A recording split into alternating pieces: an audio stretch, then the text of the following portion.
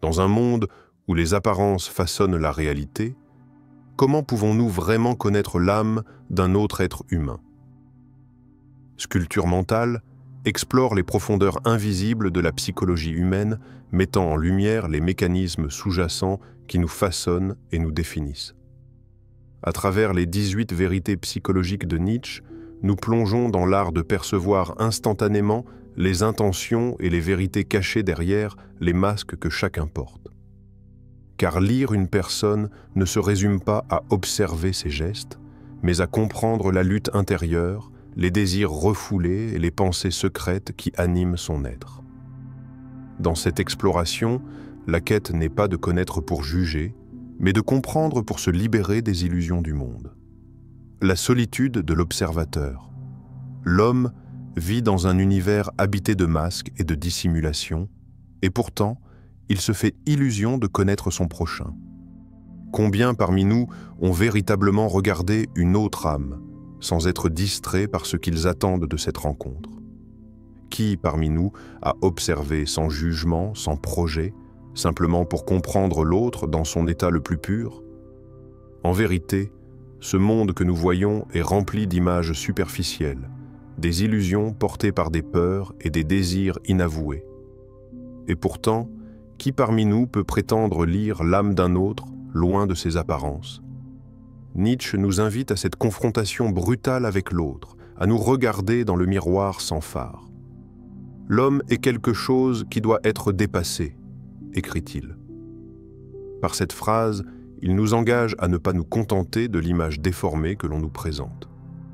Chaque individu vit dans un monde à part, façonné par ses propres perceptions, ses propres limites et ses propres contradictions. La vérité que nous percevons de l'autre n'est qu'une projection de nos propres désirs et attentes. Une image que l'on modèle, que l'on réinvente selon ce que l'on souhaite y voir.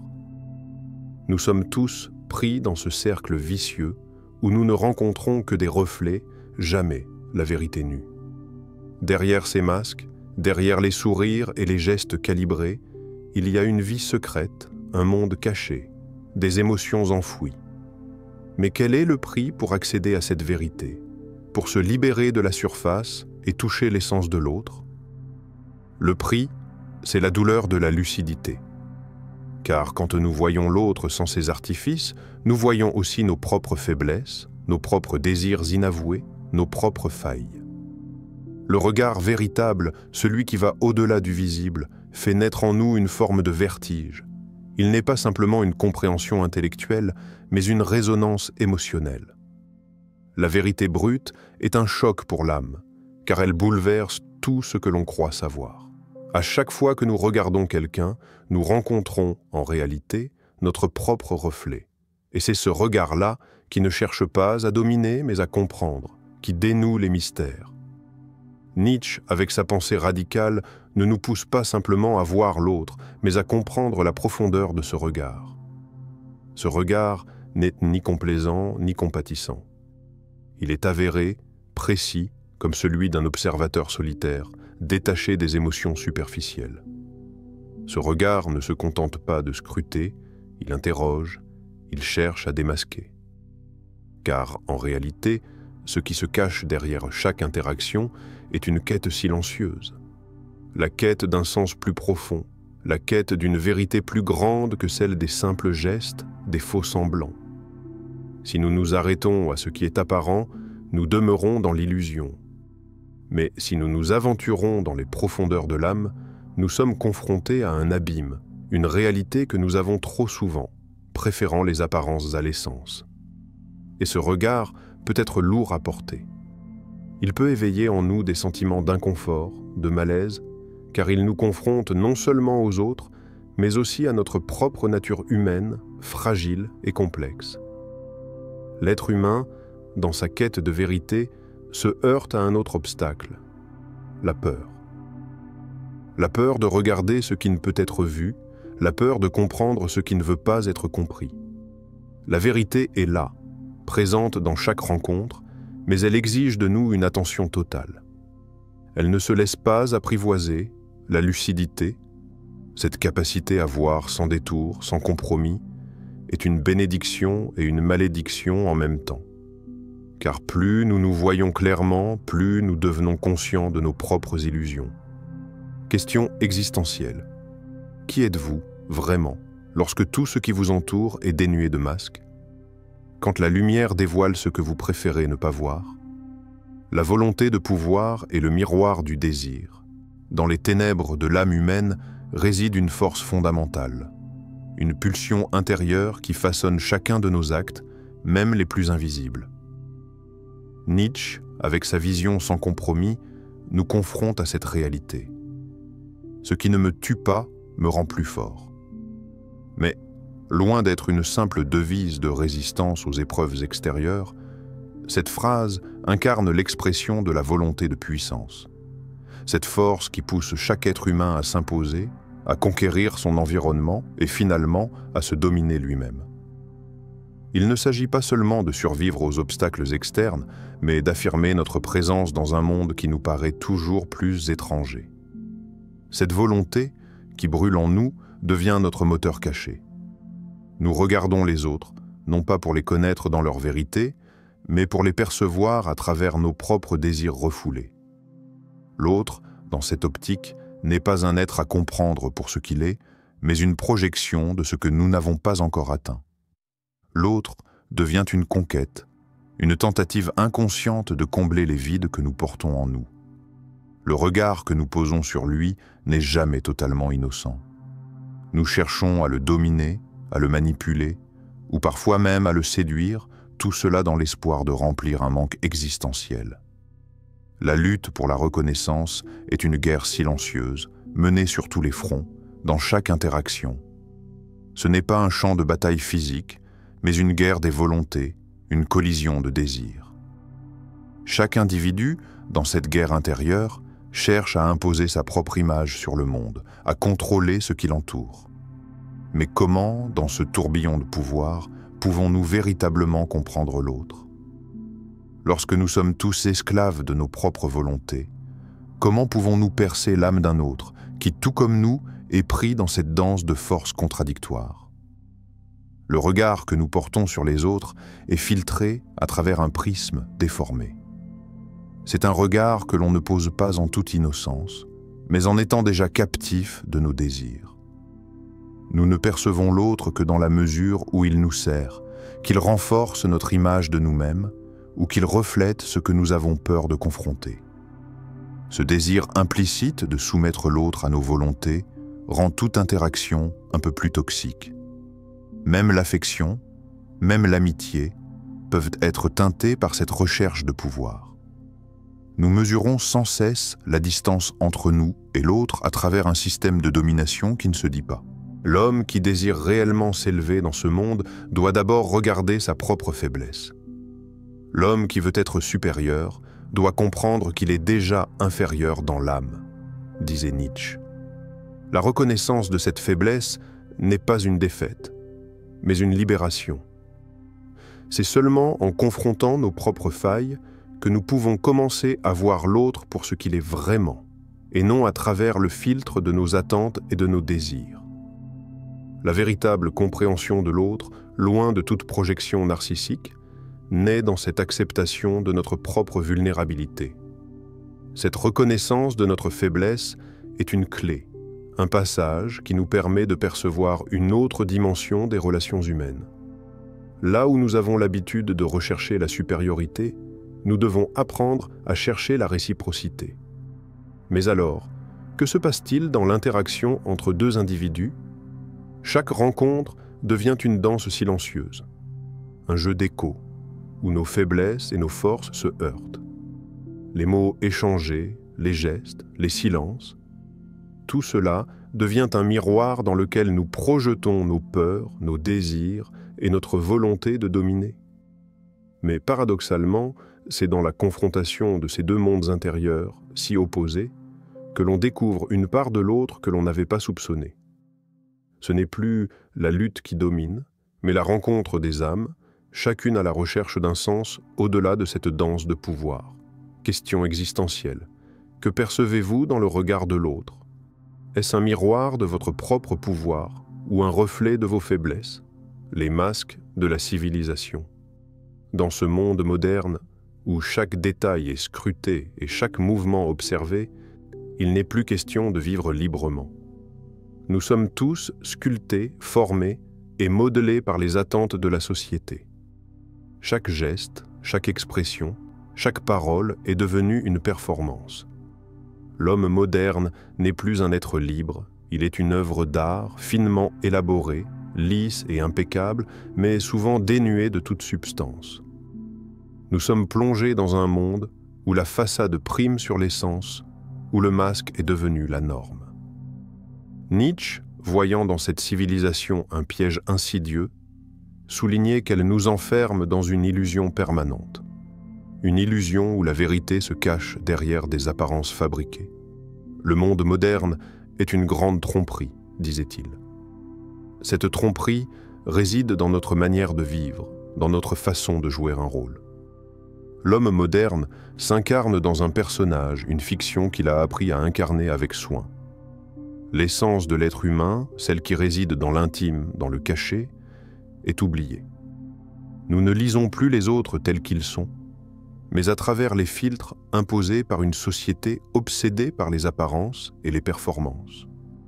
Ce que l'on perçoit, ce que l'on pense connaître, n'est qu'un masque qu'il a appris à porter. L'autre ne nous montre pas sa vérité, mais l'image qu'il a soigneusement façonnée pour répondre aux attentes d'un monde qui le conditionne. La civilisation, dans son désir insatiable de contrôler, a fait de nous des acteurs dans une scène géante. Nous jouons des rôles et portons des masques, toujours plus raffinés mais toujours plus vides. Nietzsche dénonçait cette perversion de l'âme, ce dévoiement de l'être. Le véritable soi, l'individu authentique, est englouti dans ce flot de superficialité. Chaque personne, dans cette quête de perfection extérieure, devient une construction, un rôle interprété. Mais sous cette carapace, il ne reste souvent rien. L'essence disparaît derrière un décor de courbettes et de sourires fabriqués. La plus grande perfidie que l'on puisse commettre, c'est de se cacher derrière des masques, écrivait Nietzsche. Et pourtant, nous sommes tous coupables. Nous vivons dans une époque où il est plus facile de jouer un rôle que de se dévoiler. L'authenticité est devenue un luxe, un produit rare. Dans une société où l'apparence est érigée en valeur suprême, comment pouvons-nous encore espérer voir l'autre dans sa vérité la plus pure? Si nous interagissons uniquement avec des images fabriquées, des personnages créés à partir de normes sociales et de pressions extérieures, comment pouvons-nous toucher la véritable essence de l'autre? Nous sommes tous pris dans ce jeu, celui de cacher nos fragilités derrière des façades et de projeter une image qui correspond à ce que la société veut voir. Mais cette façade n'est-elle pas en elle-même une prison? Le piège est insidieux. À force de vivre dans cette mascarade, nous oublions que nous avons nous aussi des masques et que nous les portons tous les jours. Nous ne nous interrogeons même plus sur leur réalité. Mais l'âme, elle, sait qu'il y a plus. Derrière chaque sourire artificiel, chaque mot choisi avec soin, il y a un désir caché, un vide inexprimé, une vérité enfouie. Les vérités psychologiques de Nietzsche nous révèlent un monde où la superficialité gouverne, où tout est spectacle et où la profondeur est oubliée. C'est dans cette surface lisse et brillante que nous cherchons à comprendre l'autre, mais à quel prix? Nous ne voyons que des reflets, des projections. L'essence de l'autre, son âme réelle, se cache derrière des portes verrouillées dont la clé est l'authenticité. Et alors, comment distinguer l'homme véritable du masque qu'il porte? Lorsque l'authenticité se perd dans le jeu des apparences, tout devient incertain. L'illusion prend le pas sur la réalité, et nous nous retrouvons à jouer le même rôle que les autres, à emprunter leur masque pour nous protéger de la cruauté d'un monde qui valorise uniquement ce qui est montré, et jamais ce qui est ressenti. Les masques sont partout. Et dans ce monde où les masques se multiplient, il devient de plus en plus difficile de savoir qui nous sommes réellement. Mais cette difficulté ne devrait-elle pas être perçue comme un appel à briser les chaînes de cette illusion, à chercher ce qui se cache sous la surface? Question existentielle. Quand l'authenticité se perd dans le jeu des apparences, comment distinguer l'homme véritable du masque qu'il porte? Le regard d'un Dieu solitaire. Il existe un regard, un seul, qui peut transcender toutes les illusions du monde. Et ce regard est celui du solitaire. Celui qui a renoncé aux chaînes invisibles des désirs et des attentes extérieures, celui qui, détaché de tout, observe sans être affecté par ce qu'il voit. Ce regard ne cherche pas à manipuler ni à juger. Il se contente de voir, dans sa pureté la plus totale, l'autre tel qu'il est, sans phare ni travestissement. Nietzsche nous enseigne que l'individu qui s'affranchit des conventions sociales et des influences extérieures est le seul à pouvoir voir la réalité telle qu'elle est réellement. Tout le reste n'est qu'apparence, illusion, mensonge. Ce regard n'est pas un simple acte de perception, mais une forme d'intuition profonde, un regard qui traverse les façades et qui atteint l'essence même de ce qui est observé. Les autres, sous ce regard, ne sont plus des objets à manipuler, des instruments dans nos jeux de pouvoir. Ils ne sont plus des figures à séduire ou à dominer. Non, ils deviennent des âmes perdues, errant dans un monde fait d'illusions. Et là, dans cette solitude qui naît de la vérité brute, il n'y a plus de hiérarchie, de désir ou de peur. Il n'y a que la réalité nue. La confrontation à cette réalité, sans phare, sans filtre, nous place dans un état de révélation. Car il est facile de se perdre dans les regards qui jugent, qui comparent, qui catégorisent. Mais le regard du solitaire est celui qui accepte l'autre, dans sa forme la plus authentique. Ce regard n'est ni révolté ni désespéré. Il est la réconciliation avec la solitude et avec l'authenticité du monde. Ce n'est pas un regard de domination, mais de compréhension, un regard qui, loin de chercher à manipuler, cherche à voir, tout simplement. C'est l'absence de crainte qui permet de comprendre l'autre, affirmait Nietzsche. La véritable compréhension, celle qui va au-delà des apparences, exige une absence totale de peur, la peur de ce que l'on pourrait découvrir, la peur de ce que l'on pourrait voir chez l'autre et par extension, chez soi. Cette peur, plus que tout autre obstacle, est ce qui nous empêche de percevoir instantanément l'autre dans sa vérité. Nous sommes tous, dans une certaine mesure, effrayés par ce que nous pourrions découvrir si nous pouvions vraiment voir l'autre sans le prisme de nos jugements et de nos attentes. Nous avons peur de voir ce que nous ne sommes pas prêts à accepter. Nous avons peur de découvrir l'infini, cette immensité cachée derrière chaque regard humain. Mais ce regard sans peur, ce regard de réconciliation avec la solitude ouvre la voie à la vérité.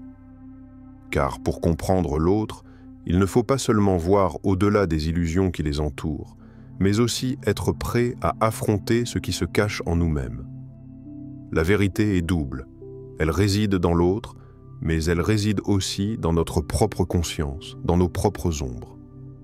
Nous sommes souvent si occupés à nous cacher de notre propre vérité que nous n'osons pas voir celle des autres.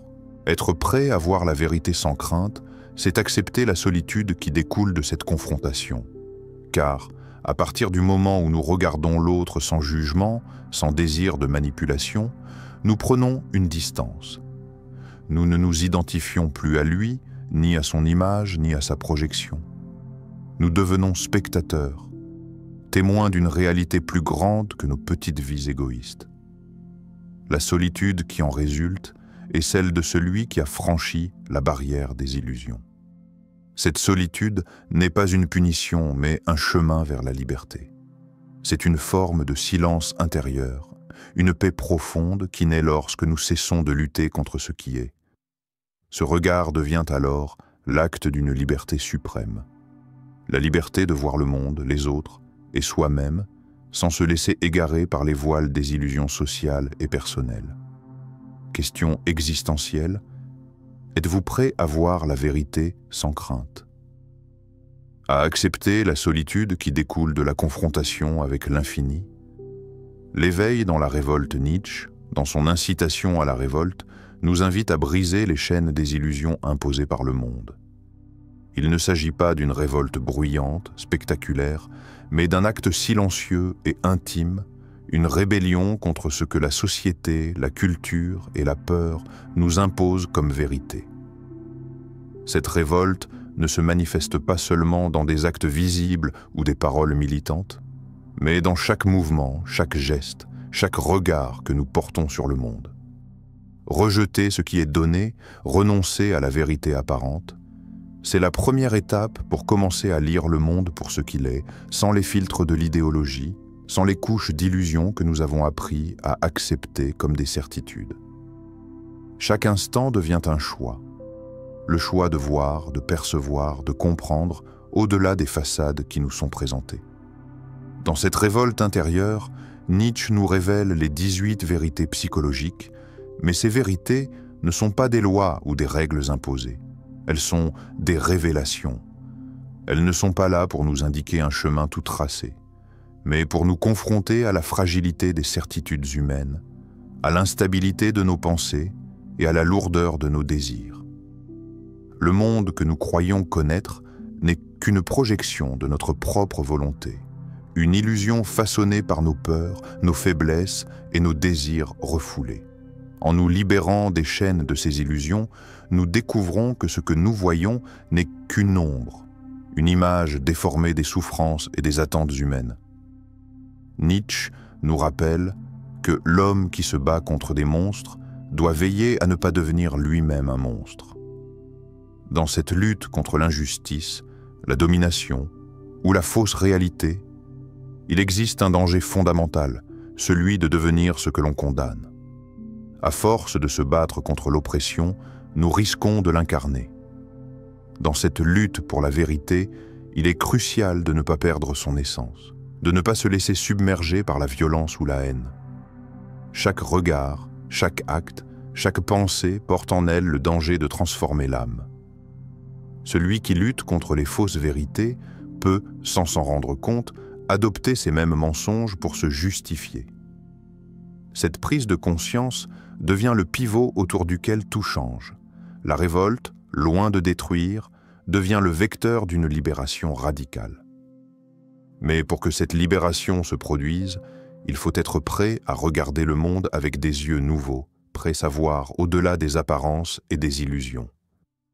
La révolte devient alors une manière de purifier la perception, de dépouiller chaque facette de la réalité de ses artifices.